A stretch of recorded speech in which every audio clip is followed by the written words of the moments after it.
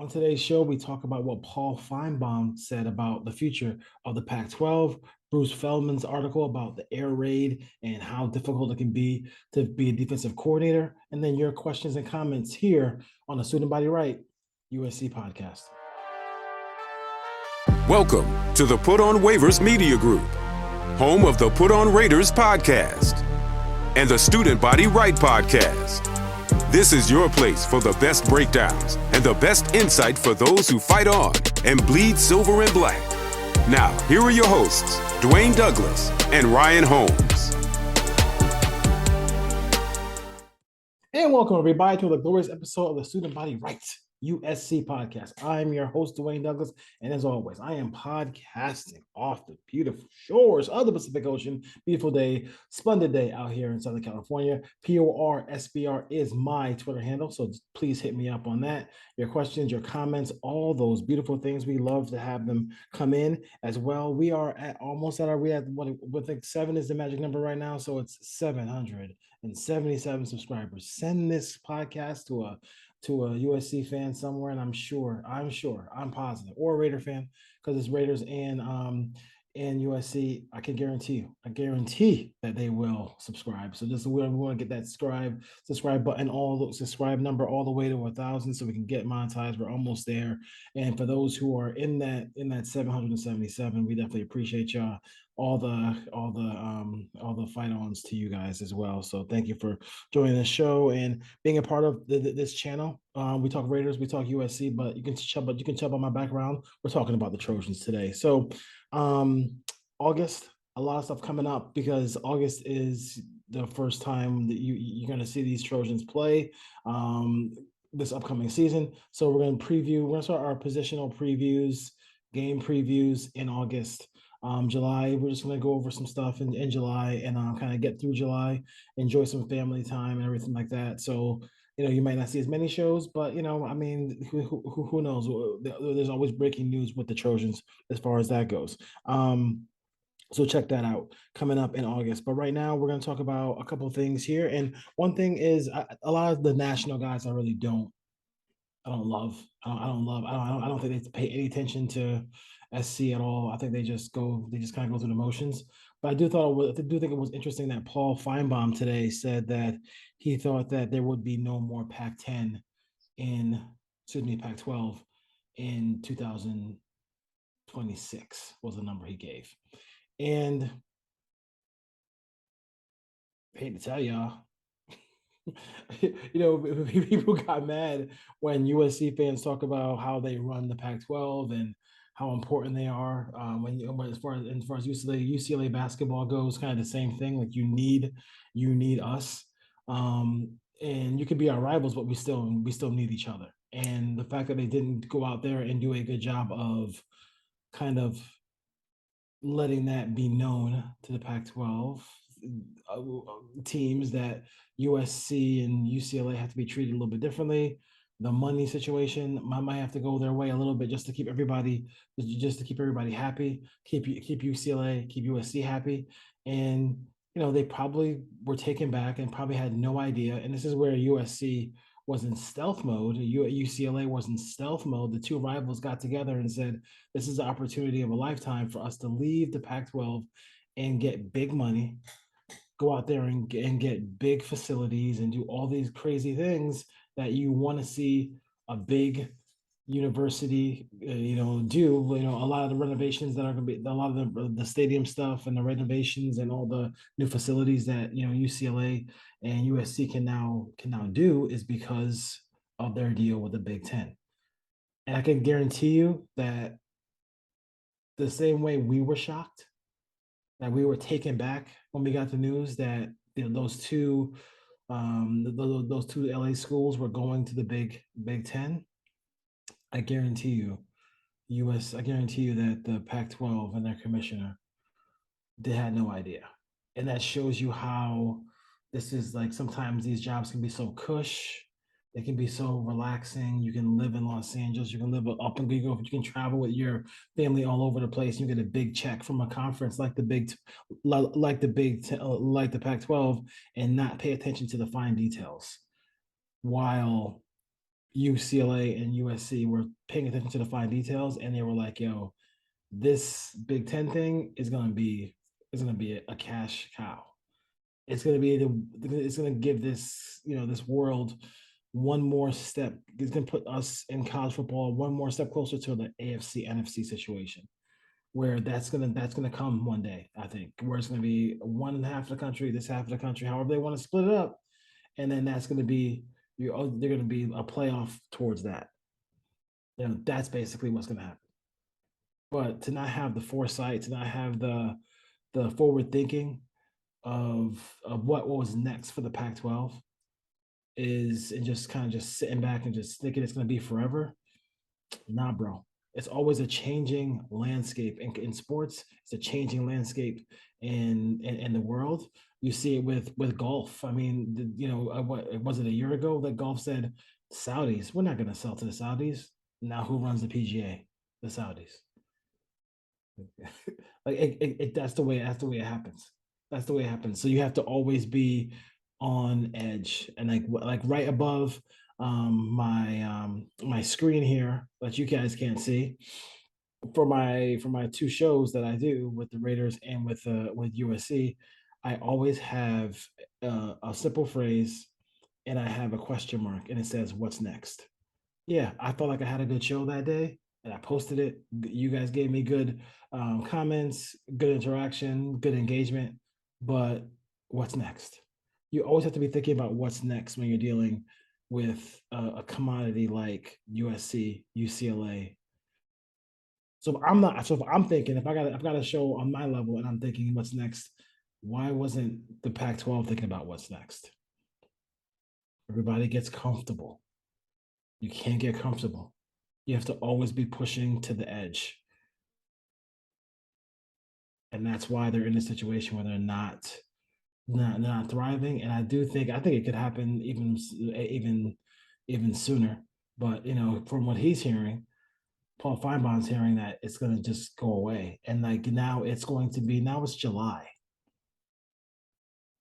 It's July 5th, and there is still no Pac-12 TV deal. Like where can we watch these games? What I'm saying? Like I kind of want to see Washington play whoever. I want to see, USC play whoever. I want to see UCLA play whoever. This is a USC podcast, but let's be real. I want to see all the Pac-12 teams. So I'm informed. So I can know what's going on. Just saying, man, don't get comfortable. And when you're at your jobs, and when your job and when you're at your job, whether you work for yourself, whether you work for another company, always remind yourself, okay, I did a great job on something, you got praise for it, but what's next? You always have to be worried about what's next, no matter what field you're in, especially if you're in college football and that landscape is ever changing. All right. So, Bruce Feldman, if you don't have a subscription to the Athletic, okay, I get it. You'll find somebody who does. You can find somebody who does, I guess. I mean, I know everything is a subscription. It is like it's an annoying thing that every single thing is a subscription. Everybody thought they were real slick and had their chest out when it was time to cut the cord. But now, let's be honest, like cutting the cord is not as big a deal, because if you compared your cable bill to what you do with all your subscriptions, you're going to end up paying around the same thing. So they're always going to get paid. But Bruce Feldman wrote a really good article about what it's like to be a defensive coordinator in the air raid. If you can get a chance to read this article, I would definitely do it. Even if you do a free trial and then cancel, like it's really worth that amount of time to do it, because the Athletic does have a good collection of writers there as well. So I'll definitely check that out. But as far as that article goes, and I'm looking at a guy like Alex Grinch, I think the reason why people are frustrated with Alex Grinch is a lot of different reasons. But I think one thing to me is in in this version of Air Raid with Lincoln Riley. Shout out to Lincoln Riley catching that big fish the other day as well. Um, you don't have a guy who's just gonna just throw the ball, recklessly, throw it 50 times a game, just be just blinded by, I'm gonna keep throwing it, I'm gonna keep throwing it, I'm gonna keep throwing it left and right all day and all night. That's not who he is. Like he would be just as happy handing the ball off to his running backs and running that GT counter and running that and doing zone read and doing all these other stuff and getting Caleb Williams on the edge, all that stuff like that. He'd be just as happy with that as he would be a 50-yard touchdown pass to Mario Williams. Like for real, for real. So that's where it makes it even more frustrating when you look at Alex Grinch because he can run the clock down, leave the opponent, less time, and then you should be able to understand that hey, these teams don't have all day to throw the football. I mean to move the football, but you're still giving up big chunks. So a lot of people were saying that hey, he didn't have the horses. This will be the season for him. All those things like that. Um, I agree. I agree to a certain extent. Like the horses up front, they could be moved up front. They definitely could be moved. But this year it should be a little bit harder for that. It should be better. It should be better up front. He definitely has way more weapons. He definitely has an offense that could be even more dynamic than it was last year. Even though, like, Jordan Addison is not going to be here anymore. You have some big targets like, like Brendan Rice. You got big targets like Dorian Singer came over from Arizona. The tight end room is much improved. You have the baby Tyreek Hill and Zachariah Branch. Like you have these pieces of this team that are really going to be like they're really just special. I mean, they really are going to be really special pieces of this team. And I'm looking forward to it. I think an unsung hero, Michael Jackson III, another guy, unsung hero on this offense. Taj Washington, all those guys like there. We're gonna do a my important weapons um show next episode. That'll be a show I'll do on the beach. I love doing shows on the beach.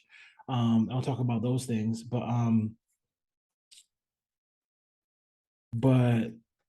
that's what I kind of see with him is like you have some really interesting pieces on defense. Can you get to third and long and can you complete third and long? I think they were like I think they were in the hundreds in third down conversions last year.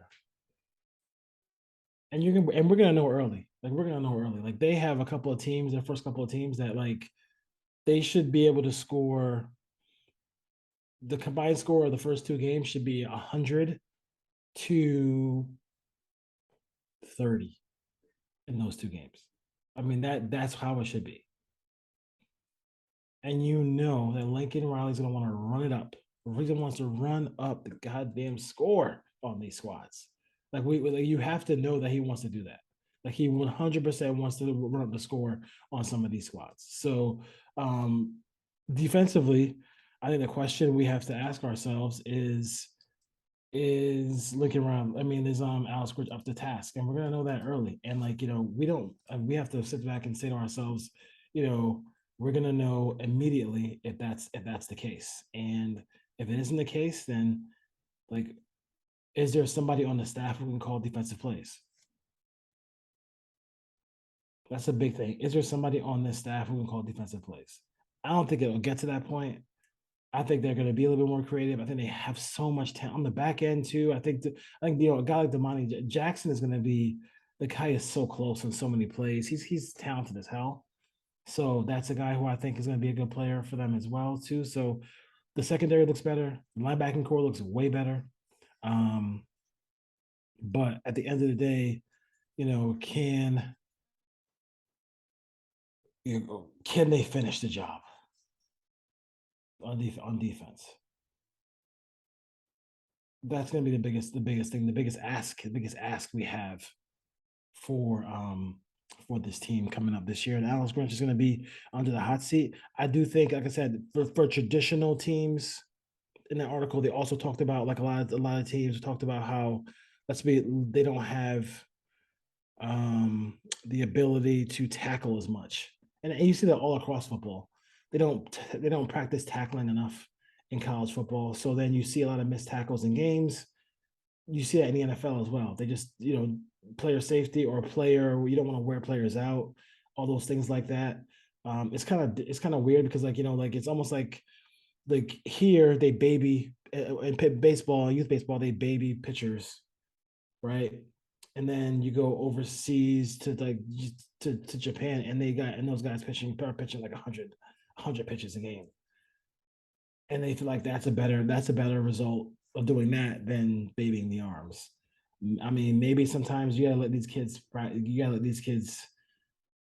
tackle. And I think I know you don't want to risk injury or stuff like that, but like tackling is huge in the National Football League. Tackling is huge in high school football, and tackling is going to be very huge as far as it is in college football as well. So let's get to some of your comments and let me welcome some of the folks here. Um, I don't know how to say this. It's ULAO.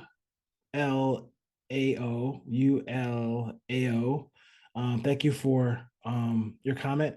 And I think this is in response to my comment on Dylan Raiola at Georgia. I think he's going to be the best quarterback Georgia's ever seen. He said, let's not disrespect Matt Stafford. I don't usually speak in hyperbole. I usually don't speak in like, oh my God, this guy's going to be the next great.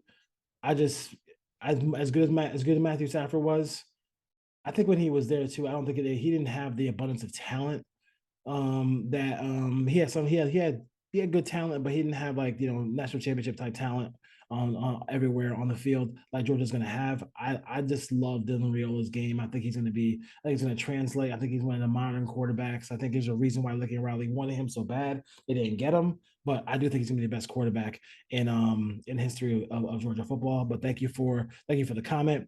Byron Gray commented, "Fight on." I appreciate that. As always, we always fight on here. And see, I think your audio was a little bit too low. Yeah, my audio was a little bit too low, I guess, on that show. So I'll definitely keep an eye on that. Thank you, Alex, for that. Phil Parker um made a comment as well, so on the show. So thank you for subscribing to the show as well. Who we got here? Terry Bridges, Oklahoma desperately wants to win the recruiting battle for running back Tatum. So Oklahoma can about glow of having some kind of victory over USC. I think the biggest problem, and Terry, thank you for making that comment. I would say this, that makes sense, but if you're in Norman, Oklahoma, and you're worried about USC, that just shows you that you're not doing your job, because we don't play. We would only play in the national championship game at this point, or a playoff game. Like we're not rivals. We're not any of those things. Like the last thing in the world you should be worried about is what's happening in Los Angeles if you're in Norman, Oklahoma. So that's crazy. Let's see here. Fight on Tony. Fight on Tony 2024 class is looking very good. We cannot wait till Thursday, Friday, Saturday commits. Beating out Georgia, beating out Oregon is awesome. Yeah. Again, and Guy Smithson, he commented, great content. Appreciate you as well too. As far as that goes, let me go to a couple of questions now, and then we'll skedaddle out of here. And then in the next episode, we'll do our beach show. We love doing shows from the beach. So that's always fun times. And what goes on behind me and in front of me, I wish I could have two cameras so you could see it, because people are pretty hilarious as far as that goes. What are your thoughts about from Instagram? James wants to know, what are your thoughts about the running game and and who's going to be the leading rusher on the team? I think the leading rusher on the team, I still think it'll be Austin Jones. I think the guy who will have the most yards per carry will be Marshawn Lloyd. I think Marshall will have the most yards per carry. I think he has that wiggle. He has all that. He's gonna be a tough guy. I do like in the spring game. Quentin Joyner is going to be a guy as well too. Low odds as a freshman, but they have a lot of depth, and we all know the crowd favorite here. Everybody loves Darwin Barlow, so we love Darwin Barlow. So we'll keep that going. Get one more about the secondary. Who do I think is going to be starting at secondary, and at the corner spot? I know they got. I know a lot of publications have Sierra right above Damani Jackson. I just feel like the better player, the better athlete is going to be Damani Jackson, so he should probably play. I like him a lot. I think Christian Roland Wallace is going to add some stability to this. Excuse me, to this secondary as well. So that should be fun to see what happens. It was fun to see what happens there. But I do like I don't want to hold him back. I want him to play. I know he'll play anyway because they're interchangeable parts. College football, they're always was going in and out. But man, I just want to see Demani Jackson. I want to see that number one pick some balls off and get going. That career needs to get on and popping because he is a tremendously talented corner. He is fantastically gifted. So we'll see if that happens. Am I worried about Max Williams? I mean, Max Williams is it's a little bit on the shorter side. I'm not that big Bryson Shaw guy. I mean, I'm not big on him, so we'll see. I know he's that guts and guile kind of guy, but we'll see what happens with that safety position. And like the last question was, I don't know much about Traquan Figgins. I don't think a lot of people do. I mean, all we have is the practice tape from Alabama. We don't really have him on the field, so we'll see what happens early in these games. I definitely want to keep an eye on the rotations you see at SC as far as that goes. We want to see how that rotation goes as well. So we'll see. And then, yeah, I do think, and the last one would be because I always love to talk about special teams. I do think it's going to be a good battle between Lynch and Robles, and maybe because how Robles is from an area real close to me, I've seen him kick here in Southern California before, and same the thing with the Carlsbad High School or one of the high school or La Costa High School, those guys he can kick. So if we have a little issue here, like with Dennis Lynch, I mean, I know we love the outfits that he comes to the game with, but as far as doing your thing and having everything ready to go as far as kicking big kicks from those crazy hashes they have in college opposed to the NFL. That big leg, Tyler Robles has that big leg. All right. We're gonna fight on. We're gonna go fight on for a while here on the Student Body Right podcast for Raider fans. Ryan, I want to thank Whit for coming on the show. This last episode, Ryan is still doing his thing, and he'll be back on the program sometime next week. So we'll definitely check that out there if you're a Raider fan. But as always, USC fans, man, just keep doing your thing. Enjoy the summer.